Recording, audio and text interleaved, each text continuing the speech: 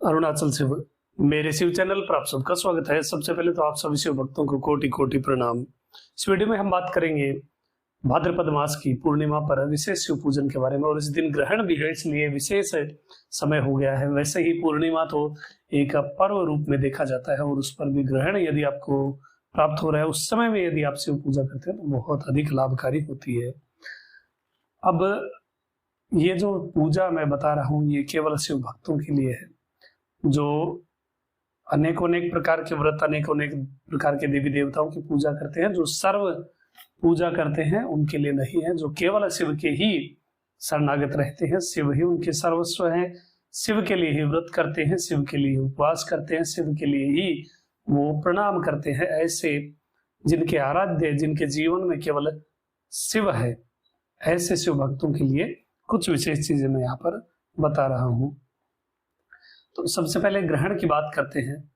तो ग्रहण 7 जो सितंबर है, ग्रहण प्रारंभ जो होगा वो रात 8:59 से प्रारंभ होगा और रात 1:26 तक वो व्याप्त होने वाला है। 3 घंटे 28 मिनट का टाइम पीरियड ग्रहण का होगा।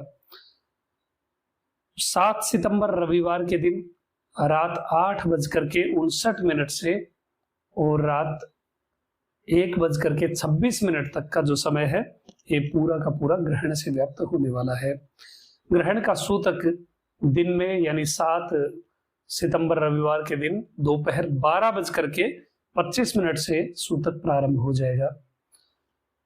अब बहुत सारे लोग अन्य देवी देवताओं की पूजाएं नहीं होती हैं। श्री विद्या के जो उपासक हैं उनके गुरुओं से उनको कुछ प्राप्त होता है। शाक्त में भी बहुत ग्रहण के दौरान पूजाएं विशेष की जाती हैं।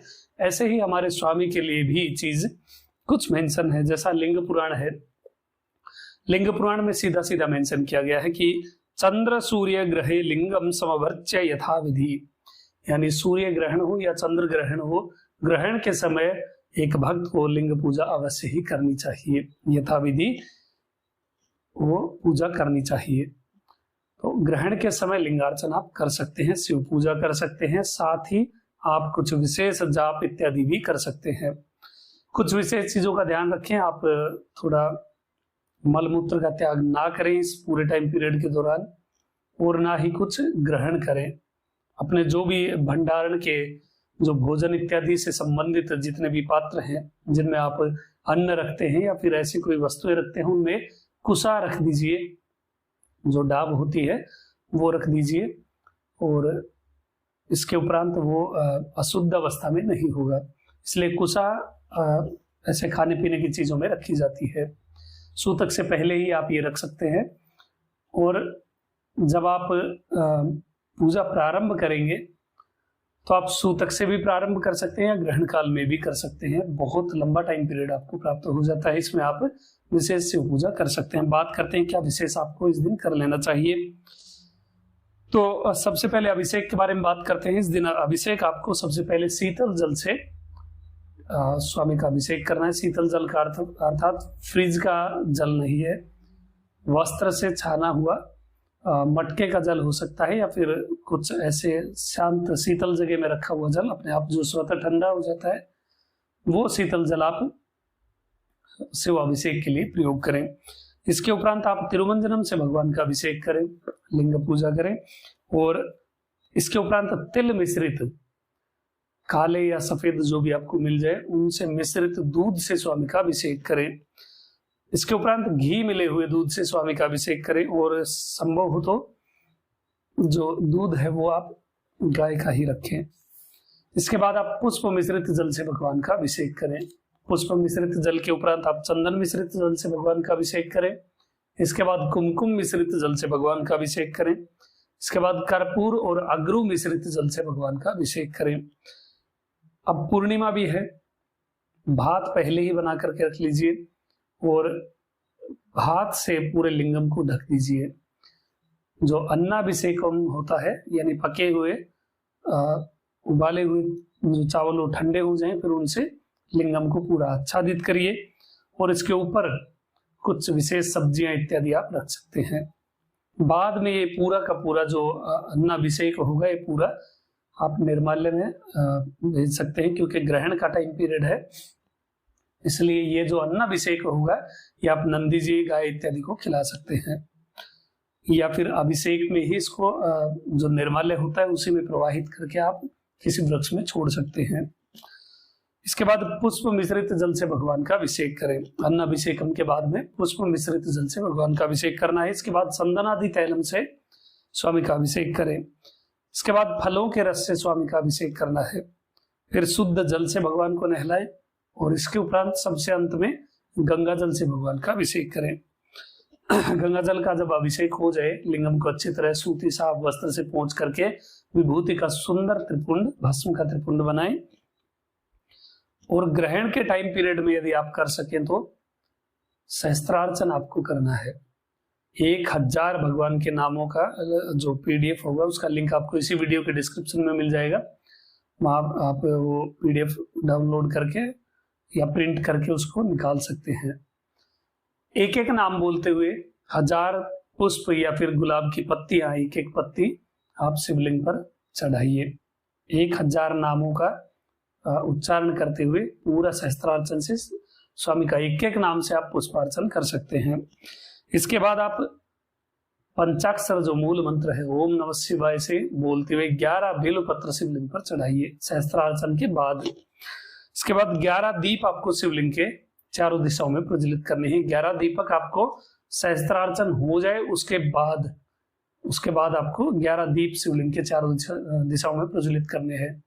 क्योंकि यदि आप सहस्त्रार्चन में, क्योंकि लंबा समय लगेगा, आधे से 1 घंटा लग सकता है, तो इतने समय में वो दीपक बुझ ना जाए, इसलिए आप सहस्त्रार्चन के बाद ही उन्हें प्रज्वलित करें, ताकि आप बीच में आप हृदय ऐसे असमंजस में ना आए कि वो दीप बुझ रहा है, मैं सहस्त्रार्चन रोक करके उसे उसमें घी या तेल इत्यादि डालूं, ऐसी भावना कोई भी ना रहे।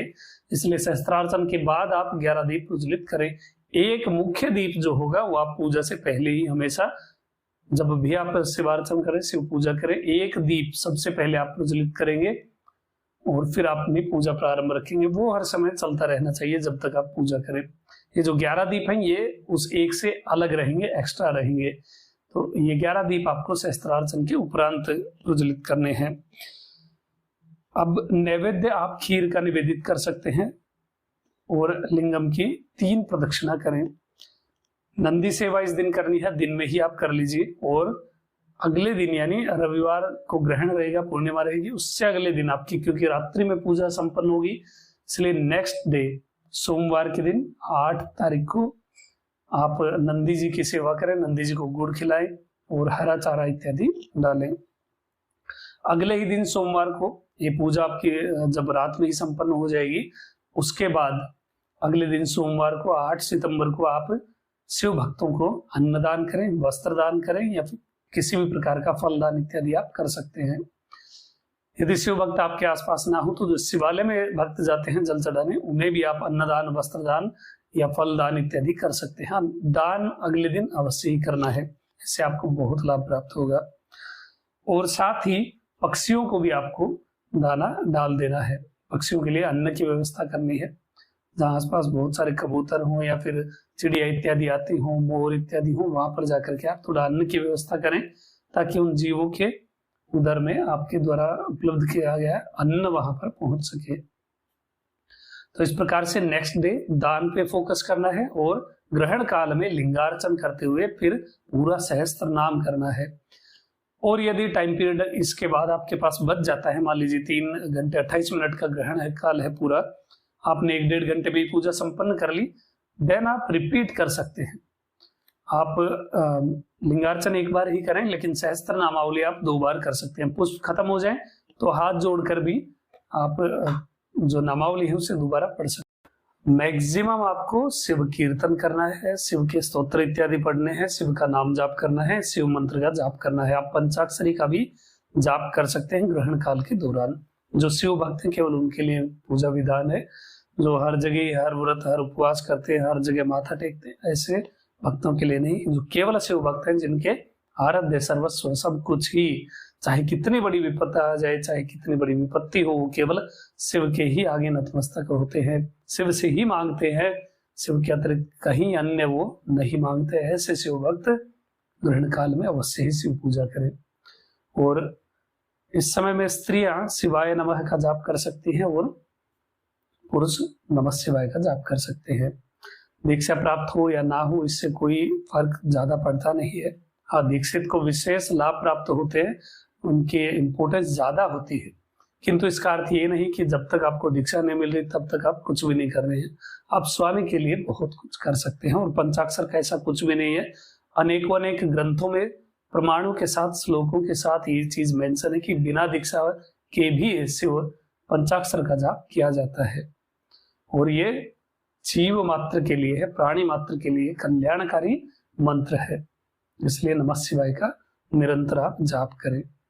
और अरुणाचल शिव का नाम भी आप जाप कर सकते हैं। अरुणाचल शिव कर सकते हैं। और नामावली, सहस्त्रार्चन इत्यादि करके पूर्ण जो ग्रहण का जो विशेष समय है, इसका उपयोग पूजा में हमारे स्वामी के शरणागत रहते हुए करना है, ताकि भविष्य में किसी भी प्रकार की विपदा से, किसी भी प्रकार की विपत्ति से, आपदा से हम बचे रहें।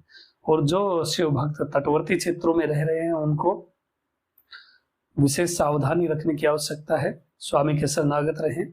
और जो शिव भक्त पंजाब, हिमाचल इत्यादि से हैं, वो थोड़ा अपना ध्यान रखिए, क्योंकि अभी प्रकृति वहां पर कुछ अन्य ही दृश्य उत्पन्न कर रही है।